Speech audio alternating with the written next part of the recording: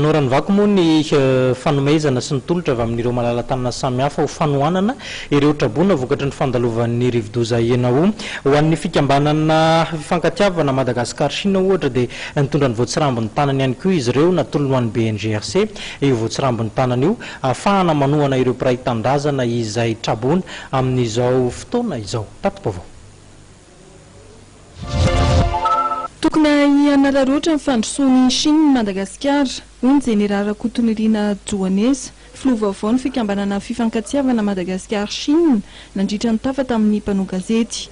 Miasa ho an'ny fanatevenana amin'ny fiara-miasa eo amin'ny Chine sy Madagasikara, ny tanterahany ity fikambanana ity. Ny tanjo fikambanana aloha hoe miana tsara sy anatevina ny fifandraisana eo amin'ny firenena roatota zany na ny vahoaka roatota.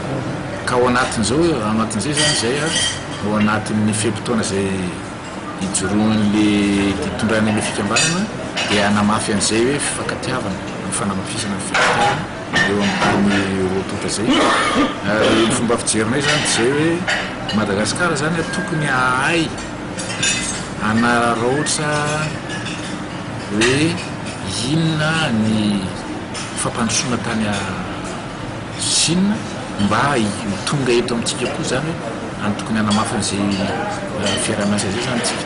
Miasa ho an'ny sosialy ny fifankatiavana Madagasikara Chine. Manoloana ny vona izay nahazo faritra maro vokatry ny fandalovan'ny rivodoza Enao, nitondra fanampiana ho an'ny trabona ny fifankatiavana Madagasikara Chine miaraka amin'ny teratany sinoa eto Antananarivo. Taratasim-bola mitentina fito tapitrisa ariary natolotra ireto fikambanana roa ireto teo anivon'ny BNGRC androany teny Tanimora. Zavatra kely dia kely no atolotray fa araka ny fitenenana hoe tantely tapabata dia ny fomanotra no mameno azy dia miraro soa avita be ho an'ny zareo ato amin'ny bureau national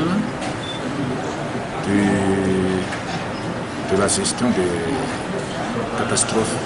Raha soa BDB ho an'zareo avita BDB amin'ny fiarametana mihoatra ny efatralina ny trabona vokatry ny rivodoza Enao.